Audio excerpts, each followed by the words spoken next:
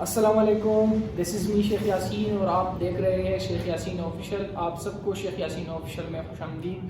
ہم آج انٹرویو کرنے جا رہے ہیں محترم پروفیسر حافظ قاسم رضوان صاحب کے، جو کہ retired HOD Islamic studies and Pakistan studies government college of commerce Lahore رہے ہیں، جو کہ مختلف دینی رسائل میں مثلاً میثاق اور حکمت قرآن میں ان کے مضامین شائع ہوتے ہیں۔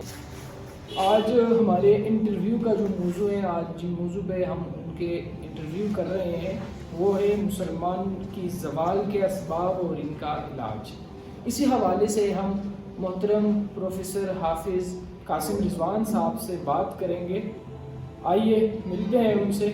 السلام علیکم سر۔ وعلیکم السلام ورحمۃ اللہ۔ سر کیسی طبیعت ہے آپ کی؟ بہت شکر ہے اللہ کا۔ سر آپ کا بہت بہت شکریہ کہ آپ نے ہمیں ٹائم دیا۔ آپ کا بھی شکریہ کہ آپ نے موقع دیا۔ جی سر۔ سر جیسے کہ میں نے بتایا، آج ہمارے انٹرویو کا جو موضوع ہے وہ ہے مسلمانوں کے زوال کے اسباب اور ان کا علاج، تو اسی مناسبت سے ہم بات کریں گے۔ سر اگر دیکھا جائے تو مسلمان کے زوال کے اسباب کیا ہیں؟ مطلب اگر ہم دیکھیں تو پہلے زمانے میں مسلمان عروج پہ تھے، سارے جگہوں میں مسلمانوں کا راج ہوا کرتا تھا، اور اب وہ زوال کی طرف جا رہے ہیں۔ تو اسی حوالے سے مجھے حال ہی کا وہ شعر یاد آتا ہے، پستی کا کوئی حد سے گزرنا دے کے، اسلام کا گر کر نہ ابھرنا دے کے، مانے نہ کبھی کہ مد ہے ہر جزر کے بعد، دریا کا ہمارے جو اترنا دے، جس طرح حال ہی نے بتایا تھا۔ تو سر آپ اس حوالے سے کیا کہیں گے؟ آپ کا کیا پوائنٹ آف ویو ہے اس حوالے سے کہ مسلمانوں کے دینی لحاظ سے، سب سے پہلے ہم دینی لحاظ سے مسلمانوں کی پستی اور زوال کے اسباب کے بارے میں بات کریں گے۔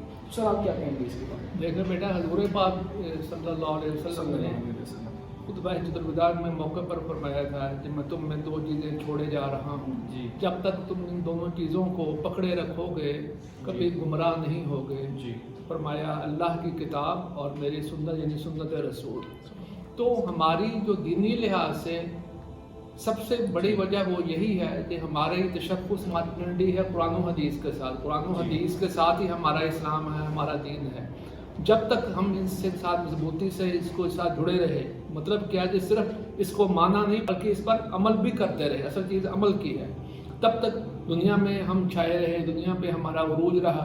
اور جوں ہمارا رابطہ قرآن و حدیث سے کمزور ہوتا گیا، ہم اس سے دور ہٹتے گئے، تو ہم زوال کی طرف جاتے جا رہے ہیں۔ اور آج بھی وہی نسخہ جو اس وقت تھا وہی آج کے لیے بھی کارآمد ہے۔ اگر ہم دوبارہ دینی لحاظ سے، دنیاوی لحاظ سے اوپر آنا چاہتے ہیں تو پھر ہمیں قرآن و حدیث کے ساتھ ہی، حضور پاک اور صحابہ کے ساتھ ہی اپنا رشتہ جوڑنا پڑے گا، اپنا تعلق جو ہے وہ مضبوط کرنا پڑے گا، اس سے سوا اور کوئی چارہ نہیں ہے۔ جی سر۔ سر یہ تو ہم نے دینی لحاظ سے بات کی، لیکن اگر ہم دیکھیں تو دنیاوی لحاظ سے بھی مسلمان پستی اور زوال کے شکار ہیں۔ تو سر کسی زمانے میں دنیاوی لحاظ سے بھی، سائنسی لحاظ سے بھی مسلمان عروج پہ ہوا کرتے تھے۔ اگر ہم دیکھیں تو بابائے کیمیا، مختلف سائنسدانان وہ مسلمان ہوا کرتے تھے، جابر بن حیان ہوئے، الفارابی ہوئے، بہت سارے، ان کا ایک گولڈن ایرا گزرا ہے۔ اور مسلمانوں کی اسی گولڈن ایرا کو جو غیر مسلم ہیں وہ اپنا اس کو ایک ڈارک ایجز کہتے ہیں کہ یہ ہمارا ایک تاریک زمانہ تھا۔ تو سر اب اگر ہم دیکھیں تو مسلمان پستی اور زوال کا شکار ہے۔ تو سر اس حوالے سے آپ کا کیا رائے ہے؟ آپ کیا کہیں گے کہ اس کے کیا اسباب ہیں، کیا وجوہات ہیں کہ ہم دنیاوی لحاظ سے بھی سب سے پیچھے ہیں؟ اس وقت مجھے وہ علامہ اقبال کا ایک شعر یاد آ رہا ہے کہ کبھی اے نوجوان مسلم تدبر بھی کیا تو نے، وہ کیا گردو تھا جس کا تو ہے ایک ٹوٹا ہوا تارا، گوادی ہم نے جو اسلاف سے میراث پائی تھی، سریا سے زمین پہ آسمان نے ہم کو دے مارا۔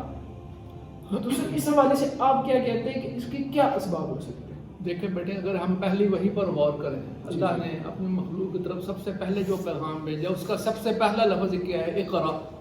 جی سر۔ اقرا بسم ربک، جی، علم، یعنی کہ اور حضور پاک نے فرمایا انما بعثت معلما، جی، اور حدیث پاک ہے طلب العلم فریضۃ علی کل مسلم و مسلمۃ.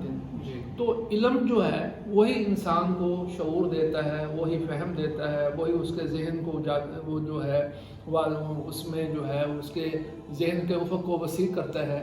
تو علم سے دوری سب سے پہلے یہی بات ہے کہ ہم نے علم سے دوری اختیار کر لی. وہ دین جس میں علم کا حاصل کرنا مسلمان ہر مرد پر اور عورت پر فرض تھا، وہی آج دیکھیں جو امت ہے، وہی مسلمان جو ہیں ان میں خوانگی کی شرح دیکھیں اور مغربی اقوام میں خوانگی کی شرح دیکھیں، آپ خود نتیجے پر پہنچ جائیں گے. جی. کہ علم سے جب ہم دور ہوئے، اور اسلام میں دین اور دنیا کی تفریق نہیں ہے. جی. جو دینی علم بھی ہے اور اس کے ساتھ ہی دنیاوی علم بھی ہے. آج اس کو مغرب ڈارک ایجز کہتا ہے، ادھر اصل وہی ایجز تھی جو مسلمانوں کے عروج کی تھیں، گولڈن ایجز تھیں. اور مسلمان جو تھے وہ دین اور دنیا دونوں میں ہی آگے تھے. آپ نے جیسے خود بتایا جتنے بھی آپ دیکھیں موجودہ وہی ہیں، نئی نئی انوینشن ہوئی ہیں، نئی نئی چیزیں ایجاد ہوئی ہیں، اس کے اگر آپ تہ تک جائیں تو مسلمانوں سے بھی شروع ہوئی ہیں. مسلمان ہی اس کے جو تھے وہ شروع کرنے والے تھے، مسلمان ہی اس کے ایجاد کرنے والے تھے. بدقسمتی جو ہم علم سے دور ہوتے گئے، جو ہم سائنس سے دور ہوتے چلے گئے، تو ہمارا زوال بڑھتا گیا. اور مغرب والے ہماری ہی وراثت کو لے کر آگے بڑھتے چلے گئے اور وہ چھاتے گئے.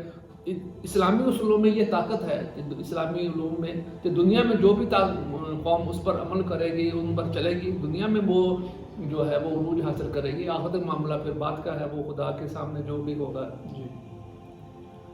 جی تو ناظرین، آپ لوگوں نے سر کے الفاظ، جو جامع الفاظ میں سر نے ہمارے سوالات کے جواب دیے، اسباب بتا دیے. تو سر اب جو آپ نے اسباب بتائے ہمارے زوال کے، علاج کیا ہے، آپ اس کے بارے میں کیا کہیں گے؟ دیکھیں بیٹا، یہ حضرت ابوبکر نے ایسے فرمایا کہ اس امت کی اصلاح جو ہے وہ بھی اسی طرح ہوگی پچھلے طبقے کی بعد کے آنے والوں کی جیسے پہلوں کی ہوئی تھی. جی. جیسے حضور آپ دیکھیں کہ اگر آپ جاہلیت دیکھیں، عرب جاہلیت کا دور دیکھیں، تو کون سی برائی تھی جو ان میں نہیں تھی، کون سی کمزوری تھی جو ان میں نہیں تھی.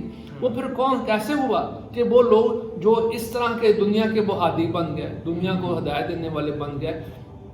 وہ اس کی وجہ کیا تھی؟ اس کی وجہ یہی تھی کہ ہمارا جو تعلق تھا وہ اللہ کی ہدایت کے ساتھ جڑ گیا، ہمارا تعلق جو ہے قرآن و حدیث سے جڑ گیا. آج بھی اگر ہم جو ہے دوبارہ عروج حاصل کرنا چاہتے ہیں، آج بھی اگر ہم دوبارہ یہ چاہتے ہیں کہ وہی ہمارا منظر ہمارے سامنے آئے، تو اس کے لیے وہی علاج ہے جو اس وقت ہوا. تو مسلمان کے لیے سب سے پہلی بات یہ ہے کہ اگر وہ دین کے ساتھ نہیں جڑتا تو دنیا بھی اس کو نہیں ملتی، اور جب دین کے ساتھ جڑتا ہے تو دنیا تو اس کو دین کے صدقے میں مل جاتی ہے. تو آج بھی وہی چیز ہے کہ جب تک ہم ہدایت پر نہیں چلیں گے، جب تک ہماری دیکھیں ایک بنیاد ہوتی ہے، ایک بنیاد مضبوط ہے تو آپ ایک 100 منزلہ عمارت بھی تعمیر کر لیں گے تو کوئی فرق نہیں پڑے گا، وہ صحیح رہے گی. اور اگر بنیاد مضبوط نہیں ہے تو 1 منزلہ عمارت بھی قائم نہیں رہ سکے گی. درخت کا تنا جو ہے وہ مضبوط ہے تو جتنی مرضی شاخیں ہوں اس کی وہ کھڑا رہے گا، اور تنا مضبوط نہیں ہے تو کوئی شاخ بھی نہ ہو وہ اپنے بوجھ سے خود ہی گر جائے گا. تو مسلمانوں کے لیے بھی آج بھی وہی علاج ہے جو علاج پہلے تھا کہ سب سے پہلے ان کو دین کی طرف آنا ہے، سب سے پہلے ان کو ہدایت کے راستے پر چلنا ہے، سب سے پہلے ان کو قرآن و حدیث سے اپنا تعلق جوڑنا ہے، سب سے پہلے ان کو عمل کرنا ہے. عمل سے زندگی بنتی ہے، جنت بھی جہنم بھی. یہ خاکی اپنی فطرت میں نہ نوری ہے نہ ناری ہے. اور ہمیں گھروں کا ماحول کو سدھارنا ہے سب سے پہلے. جب تک ہم حضور نے کیا فرمایا کہ ماں کی گود جو ہے بچے کا سب سے پہلی تربیت گاہ ہے، اس کی درس گاہ ہے. ماؤں کی گود جب گھر کا ماحول نہیں سدھرے گا، جب مائیں جو ہیں وہ دین پر عمل پیرا ہو کر بچوں کو دین پر چلانا، دین کا علم نہیں دیں گی، دین کی باتیں نہیں بتائیں گی، گھر سے وہ سیکھ کر نہیں نکلے گا تو باہر اس کا سیکھنا بڑا مشکل ہو جائے گا. ناممکن تو نہیں ہے لیکن بہت مشکل ہوگا. تو ہمیں تعلیم و تربیت کے نظام کو دوبارہ ہمیں بروئے کار لانا ہے. جب تعلیم خالی نہ ہو اس تعلیم کا کوئی فائدہ نہیں جس کے ساتھ تربیت نہ ہو.